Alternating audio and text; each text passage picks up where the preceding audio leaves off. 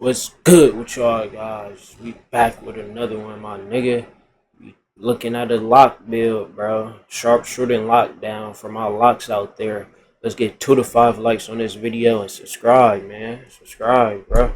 Let's get straight to it, bro. Let's get straight to it. Alright, what's up, y'all? Fan here. As you can see by the title of today's video, this sharpshooting lockdown defender build will break NBA 2K26. First of all, before we get into this, shout out to 2K for flying me out to the event, being part of the community day, allowing me to get access to the builds like this. But I want to fill you guys in on kind of the backstory of why I want to for a build like this in the first place. I want to get flew out to 2K so event. In the off season of 25 going into 26, I have like a new look pro-am team essentially, right? That should be dope. What I want to do with that as well is to treat our 91 strength like the worst offensive player on the court, right? It's where every point guard resorts to being able to guard because they know they can get away with guarding an offensive liability. I don't want that to be on the court. I want there to not be at all an offensive liability. However, whenever we've done this in the past, we used to do it with like double post scores in the corner, and they'd be like our corner to corner players. They'd guard corner on defense and they'd play corner on offense as well. I don't want that either necessarily because I feel like it gets in the way of the team composition a little bit. So instead, what I wanted to do was have more of a traditionalized lockdown that had things like this: 90 speed,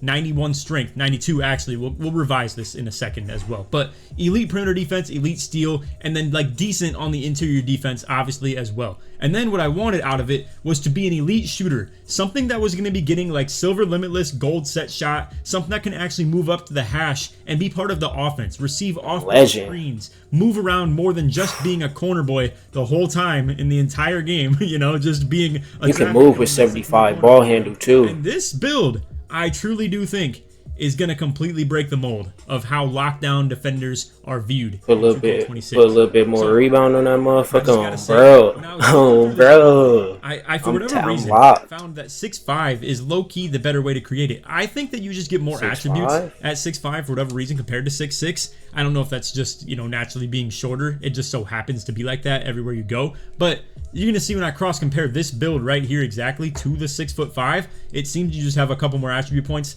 Not to mention, there were very slight differences that when you make in the build, it unlocks the build even further. So your mid-range rating going to 80 is going to unlock the sharpshooter takeover ability, which as you can see, if you just read in the bottom right, I like the 6'5". Shot off of ankle breakers, which is not what I necessarily care about, but boost the shot making from standstill and off the dribble. This is the probably best takeover, I'd assume, in terms of the shooting. Obviously, there's another one, which is Deep Bomber, but that's just for extending your range like crazy, which I don't think that's the type of shots we're necessarily trying to take with a lockdown defender like this. Yes, I do want it to be able to shoot from the hash, but when I say the hash, I more mean like on the wing, right? Like just to be a comfortable shooter that's not just sitting in the corner the whole time. So I still think the reliability aspect of it, of having the sharpshooter takeover ability, is what is important. But if you look, we actually have Deep Bomber unlocked by also going down to 6'5" and having that 93 pointer as well. So with the 93 pointer comes Deep Bomber, and then with an 80 mid-range and an 83 pointer combination comes Sharpshooter. So hitting the 80-90 thresholds on both of these unlocks both the takeovers, not to mention the ability to get the 75 speed with ball allows this build to put the ball on the floor and have the 90 for Deep Bomber style and silver quick first step. Now, the reason I even more so wanted to get into something like this, and we'd have to come back to the original like creation of the build right here. So as you can see, the tether on speed is pretty ridiculous in terms of like how tight it tethers it to the speed with ball. Right here you can see if I go to 90 speed, you already have 75 speed with ball on a 6'6". Now, I don't believe that's the exact same situation for the 6'5", if I'm not mistaken. I believe you can technically go a little bit further away from each other on the tether, but what I still wanted to do was just to be able to get the 75 speed with ball for that Levine. So yeah, that again, Levine, just to recap what this nice. kind of that just brings to the table. If you were to be 6'4", you can't get any standing dunks. Levine's and Kobe. You have to be 6'5" and above to get the standing dunk. Jaylen Brown too. Makes you a cutter threat. I got a video for that. I'm gonna have it at the end of the video. 6'5" to a 6'4". That's one of the reasons we'd prefer to be 6'5".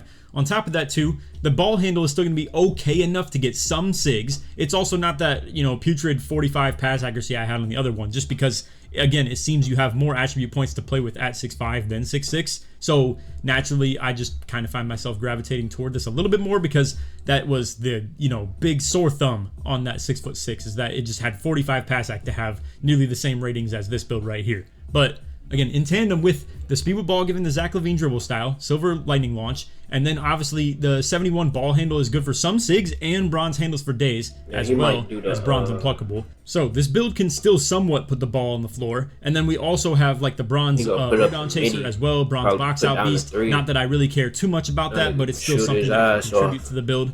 Also, another cool thing about this is that it just naturally is a lockdown. Damn, then he got now, what it also has is the Marines, 92 strength for the legend of movement. Wish him luck, bro. Without even having the max +1 it. I will say there's not a whole lot of options for like the max +1s in Badge Tier 2. So obviously that's something that you could maybe just look to anyway. But we'll see. There's a lot of plays I have in mind for a build like this, and I really wouldn't even mind the possibility of like max +1ing the gold brick wall, or who knows, maybe things like high flying denier could be worth potentially putting on.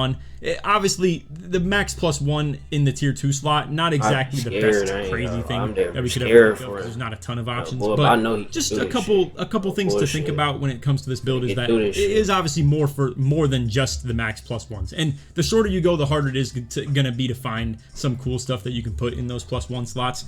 What I also want to talk about with this build, though, and what I think is like one of the more unique things about it, is the fact that it has that shooting. Now, I'm going to take you guys, I know it's not exactly 2K26 and it's not the builder, but I want to show you the concept of why I want to have a build like this on the court in 2K26.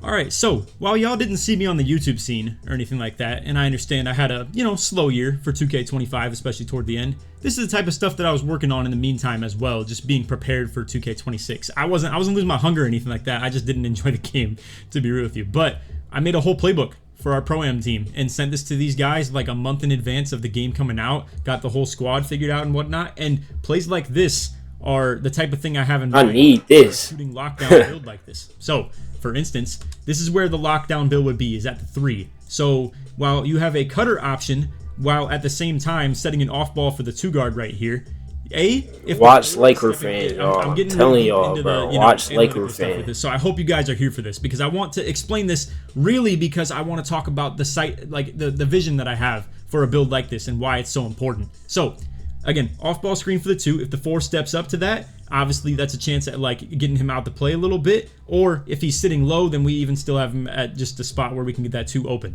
Now, if the cut was open, that's even more decent for the lock. But what was really the type of vision that I have with this is that off-ball screen action, if nothing was open off of that, we can set a double elevator screen for the 3 to come up off of this, and the point guard has to chase through all of this as well. And while at the same time, point guard being on the same side as where the center is, if I get an opportunity because the 4 is up really high in that pick and roll, like, that off-ball screen defense, that leaves no big men being up at all to be able to, or no big men being back at all to play something like me slipping. So off of this right here, when the 3 comes up, I could instead just slip right to the basket, and the 5 can't drop because there's no one to rotate to him. What are they going to do? Rotate the 3 off ball and like move someone else over here to the right? Again, there's really no way you could play the rotations on this, and if the 4 stepped up high on a play like this toward the middle, that opens up the slip action for me off this double screen right here where the 4 might still be aligned like that. So point being, this lockdown being able to shoot, and I just wanted to show y'all one play. There's so many things in this playbook that I've created right here,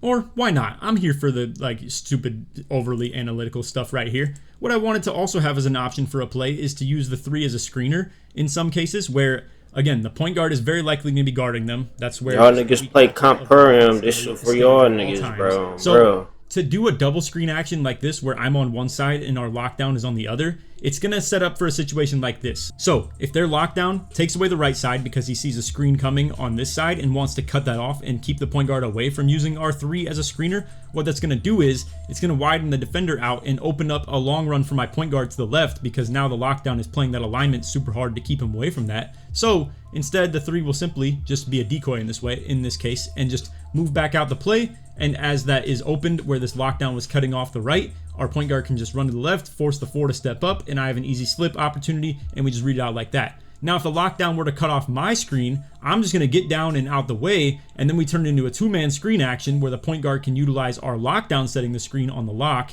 and then be able to just, boom, put the point guard in the screen action on the empty corner side. So the ability for the 3 to shoot on cases like this is what's important, because when that gets kind of into the play right here, obviously that leads to the 3 popping to the top more often than not, or hanging around the wing and stuff like that. And the comfortability of shooting is what's so important for everything to work in this offense. So I understand that was a very long tangent of me trying to show you guys some stuff of like how Good it fits game. me. I'm not here to say that it's going to fit everybody as far as this being valuable, having a 93 pointer on your lockdown build. But honestly, fellas, why not? Why not? I mean, the build has good strength for the immovable. It has good speed and agility while also still being 6'5". This is like solid for being 6'5". It's obviously not like good log elite build by any means, but just add all these things up together.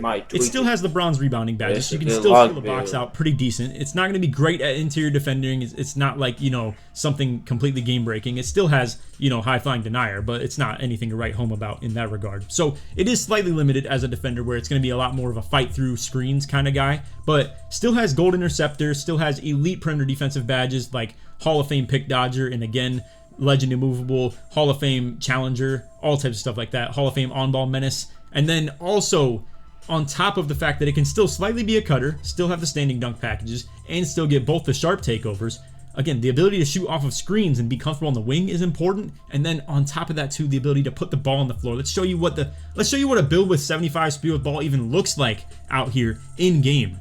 So I've already shown this clip a couple of times, but it's me with the Zach LaVine dribble style on my 6'8" Pierce Lasher. Now understand this is like 3 inches taller technically than what the other build would be, so it's technically going to move a little bit faster just visually, but I mean, as you can see, this is the type of stuff you'd be capable of doing on a lockdown build that has such minimal investment when it comes to the speed with ball and ball handle. You can be able to do any of these movements with that, and we've barely even labbed any SIGs. I'm assuming you could find some decent stuff as well that's obviously going to be able to like add to your bag a little bit in terms of the kit you can bring offensively.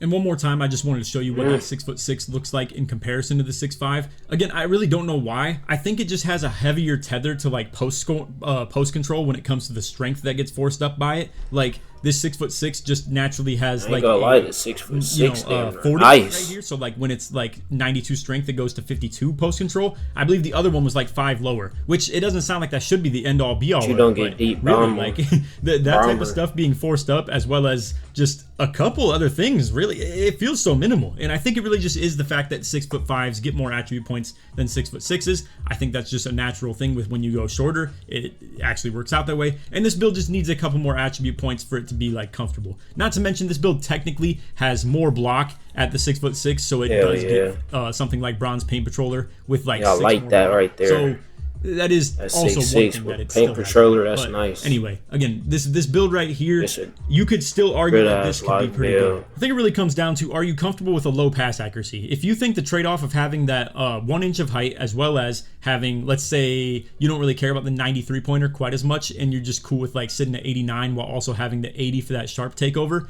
to just get like the better standstill shots and moving shots, don't really care about deep bomber. If you're okay with 20 pass act down at the expense lock of with having deep bomber is crazy though, an inch of height, and you know, not really losing anything on the shooting, then this is still okay for you, obviously, right? It's just that 20 pass accuracy is a deal breaker for a lot of people, I'm guessing. So like to actually have this 65 right here is, it makes it not stick out like a sore thumb, is all I'm trying to get at. But some lockdowns, and I think that's fine if this is true, don't care about passing. That's just how it should be. Yeah, they don't care about passing. They're rarely getting the ball, and when they so that's 6'6". That's 6'6". That's 6'6". Perfect. In the offense like this, and it actually has the ability to put the ball on the floor a little bit more, I do think the 6'5" is maybe just a little bit more comfortable. But anyway, I want to bring this to y'all because I think it's something unique, and it's something that I like that 6'6". that I'm looking for. And if you're interested in it yourself and want to have Jada might like that on, bro. Like this, you gotta tweak it a little bit. He gonna like that. Now, I ain't gonna lie. The secondary effect look good. like he might like that.